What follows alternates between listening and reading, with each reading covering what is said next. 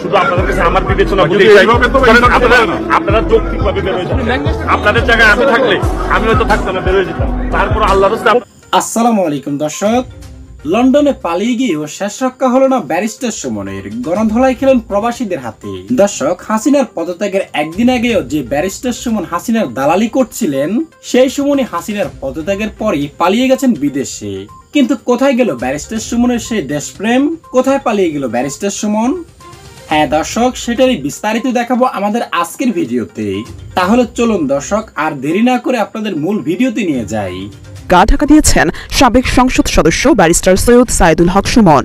Facebook, WhatsApp, mobile ফোনে তার সঙ্গে যোগাযোগের চেষ্টা করেও তাকে পাওয়া যায়নি। বুধবার ব্যারিস্টার সুমনের এক ঘনিষ্ঠজন ঢাকা পোস্টকে এসব কথা জানান। তিনি বলেন, সবশেষ 5 আগস্ট সকালে ব্যারিস্টার সুমনের সঙ্গে কথা হয়। তিনি ছাত্র আন্দোলন কোন দিকে যাচ্ছে সে ব্যাপারে কথা বলছিলেন, কিন্তু শেখ হাসিনার দেশ ছেড়ে যাওয়ার খবর ছড়িয়ে যাওয়ার পর থেকে তার মোবাইল ফোন বন্ধ পাওয়া যাচ্ছে, ফেসবুকেও পাওয়া যাচ্ছে না তাকে। সুমনের চেম্বারের এক জুনিয়র ঢাকা পোস্টকে বলেন, গত 4 আগস্ট ব্যারিস্টার সুমনের সঙ্গে কথা হয়েছিল, তারপর আজ পর্যন্ত বারবার চেষ্টা করেও তার সঙ্গে যোগাযোগ করতে পারিনি। তিনি কোথায় আছেন সেটাও জানি না। মূলত কোটা বিরোধী আন্দোলনের বিপক্ষে অবস্থান নিয়ে ব্যাপক সমালোচনার মুখে পড়েন ব্যারিস্টার সুমন। সবশেষ তিনি বলেছিলেন এই আন্দোলন বিএনপি জামায়াতের দখলে। তারপর সুমনকে তুলোধুনো করেন নেটিজেনরা। বিদেশে এসেও যে খুব বেশি এইসব চিন্তায় যে শান্তি দেয় তা না, কিছু অশান্তি নিয়ে মনে হয় বাকি জীবন পর্যন্ত, একেবারে কবর পর্যন্ত এরকম অশান্তি নিয়ে যেতে হবে। আমার জীবনে অনেকগুলো ভুল সিদ্ধান্ত, ভুল কাজ আছে আমার জীবনে। আমি মানুষ হিসেবে অনেক ভুল করছি। পৌঁছাইছি, এখন নিজের ভাগনার গাড়িতে করে আমাকে আমার বোনের বাসা থেকে নিয়ে যাচ্ছে আমার মা যে বাসায় থাকেন এই বাসায়। তো থাকতে থাকতে অনেকগুলো মেসেজ পেয়েছি বাংলাদেশ থেকে।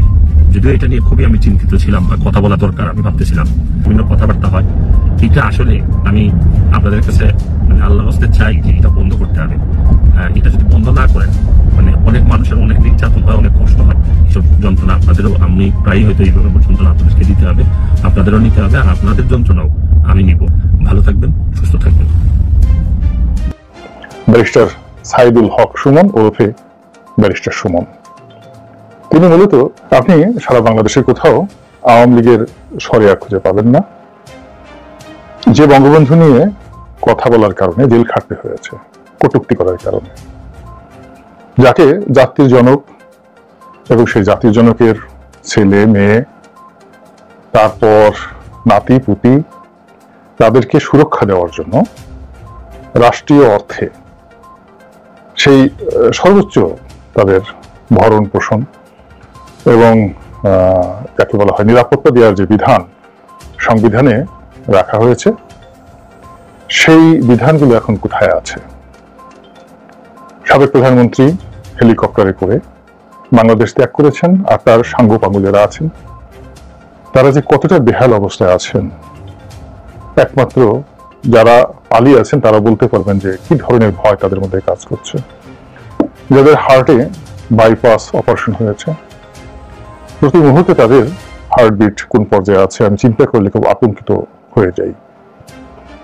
এরপর যাদের খুব বিশাল আকৃতির শরীর, শাহজাহান খান সাহেবের মতো বা শামীম ওসমান সাহেবের মতো, এই মানুষগুলো কোথাও যদি পালাতে যান তো তাদেরকে লুকিয়ে রাখারও একটা ঝামেলার বিষয়।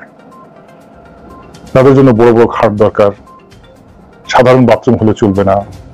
এমনকি যদি শামীম সাহেবকে অনেকে বোরকা শামীম বলে দুষ্টুমি করেন, কিন্তু এত বড় আকৃতির কোনো বোরকা যদি পড়তে হয় সেক্ষেত্রেও কিন্তু এটা সম্ভব না। অত বড় বোরকা বানানো টাফ, এবং ওই আকৃতির মহিলা যেহেতু সহজে নাই, ওইরকম বোরকা পরে কেউ পালাতে চাইলেও সম্ভব নয়। তো এরকম যখন একটি দুরবস্থা, যখন আওয়ামী লীগের কাউকে টেলিফোনে পাওয়া যাচ্ছে না, বড় বড় বাঘা নেতা, মন্ত্রী, এমপি, জাদ্রেল কাউকে পাওয়া যাচ্ছে না, ঠিক সেই সময়টাতে একেবারে রয়্যাল বেঙ্গল টাইগারের মতো গর্জন করে চলেছেন, কথা বলে চলেছেন তিনি আমাদের এই জাতির অন্যতম উল্লেখযোগ্য সন্তান ব্যারিস্টার সাইদুল হক সুমন ওরফে ব্যারিস্টার সুমন। তিনি মূলত ফেসবুকের সেলিব্রিটি।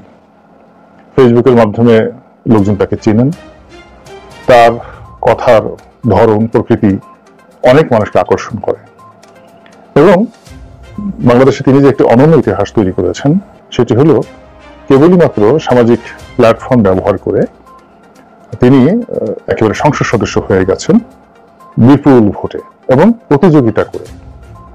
বাংলাদেশে কোথাও সঠিক নির্বাচন না হলেও হবিগঞ্জের যে আসন থেকে তিনি নির্বাচন করেছেন, একজন মন্ত্রী, সিটিং মন্ত্রী, সেই বিমান প্রতিমন্ত্রী, তাকে হারিয়ে তিনি যেভাবে সংসদ সদস্য হয়েছেন, এটি একটি নজিরবিহীন ঘটনা। এমন ঘটনা অতীতে ঘটেনি এবং ভবিষ্যতে এরকম ঘটনা ঘটবে এর কোনো নিশ্চয়তা নেই। তো সুমনের অনেক পজিটিভ দিক রয়েছে। খুব ভালো করে কথা বলে, সাহস আছে এবং ব্যতিক্রমধর্মী কিছু কাজ সামাজিক মাধ্যমে তিনি অনেক জনদুর্ভোগের বিষয় তুলে ধরেছেন। তারপর তার বুদ্ধিমত্তা অনেকের চেয়ে বেশি।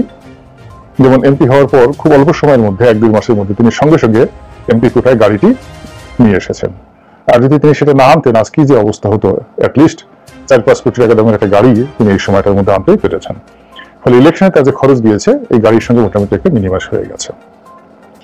তারপর নির্বাচিত হয়ে সে অনেক কথা বলেছে, অনেক কাজ করেছে এবং সেগুলো অনেকেই ভাইরাল হয়ে পড়েছে।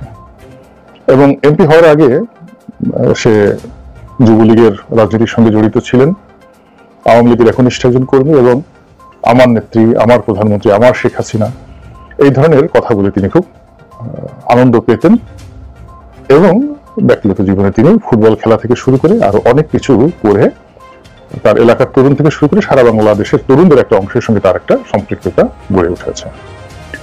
তো এই ব্যারিস্টার সুমন সম্পর্কে আবার সমালোচনাও অনেক। যারা সমালোচনা করেন তারা বলার চেষ্টা করেন তিনি খুব বেশি বেশি বলেন, বেশি বেশি দেখাতে চান, সস্তা জনপ্রিয়তার জন্য ঘুরেন, এর আচরণ, কথাবার্তা, চালচলন কোনোটার কোনো মিল নেই, মেধাহীন মানুষ, ব্যক্তিত্বহীন মানুষ, এরকম নানা রকম সমালোচনা। কিন্তু এত সমালোচনার মধ্যেও তিনি একজন ব্যারিস্টার, ইংরেজিতে তাকে তো বার করতে হয়েছে, LLB অনার্স পাস করতে হয়েছে ইউনিভার্সিটি, ইংল্যান্ডের যে কোনো একটা ইউনিভার্সিটি থেকে। তো আবার সেই ব্যারিস্টারি করে সে বেশ অর্থবিত্ত উপার্জন করেছে এবং তার পরিবার, ছেলে সন্তান, তারা সবাই আমেরিকাতে থাকে। আমেরিকান সিটিজেন কিনা জানি না, আমেরিকাতে থাকে, কিন্তু তিনি বাংলাদেশে থাকেন এবং ওকালতি করার পাশাপাশি জনকল্যাণ করেন, ফুটবল খেলেন আর রাজনীতি করেন। এবং এই কাজ করে তিনি সচ্ছল, অনেক দামি দামি গাড়ি চালান। তারপর সাহায্য সহযোগিতা করেন, বিভিন্ন সময়তে দেখা দিয়েছে।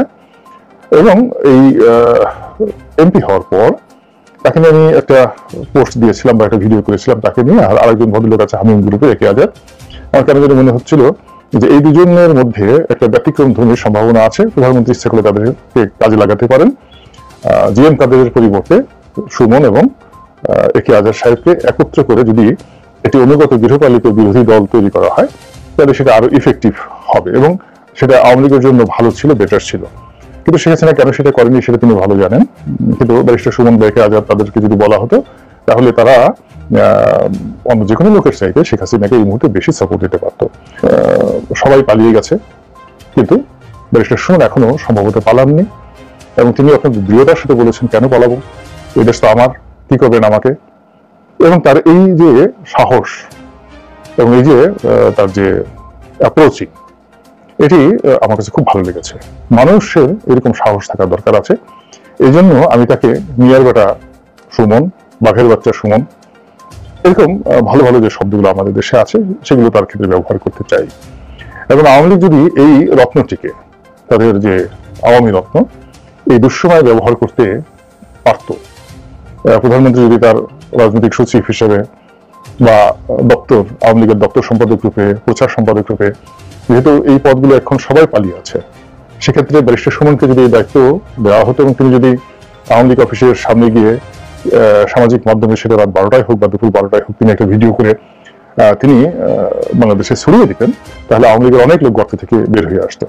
এবং আওয়ামী লীগ একটা যেন তেন দল না, এটা একটা বড় দল, বিশাল বড় দল। এবং এর মধ্যে মুক্তিযুদ্ধ করার যেমন ঐতিহ্য রয়েছে, এর বাইরে মুক্তিযুদ্ধকে নেতৃত্ব দেওয়ার ঐতিহ্য রয়েছে, ক্ষমতা চালানোর অভিজ্ঞতা রয়েছে, আর ক্ষমতা ছেড়ে ঠিক বিরুদ্ধ পক্ষের সাথে লড়াই সংগ্রাম করে জেল জুলুম হুলিয়া মোকাবেলা করার অভিজ্ঞতা রয়েছে। ফলে এই দলটি নিপাত যাবে না বা এই দলটি শেষ হয়ে যাবে না, এটা আমি নিশ্চিত বলতে পারি। তার বাস্তব প্রমাণ হলো শেখ হাসিনা যাওয়ার পরপরই কিন্তু পুরো গোপালগঞ্জ এক হয়ে গিয়েছে এবং সেখানে সারা বাংলাদেশে যাই হোক না কেন গোপালগঞ্জ রিভোল্ট করেছে, পুলিশ রিভোল্ট করেছে। তো প্রিয় দর্শক, ভিডিওতে দেখানো বিষয়গুলো সম্পর্কে কমেন্ট করে জানিয়ে দিন আপনার মূল্যবান মতামতটি। কারণ আপনাদের মতামতটুকু আমাদের কাছে অনেক গুরুত্বপূর্ণ।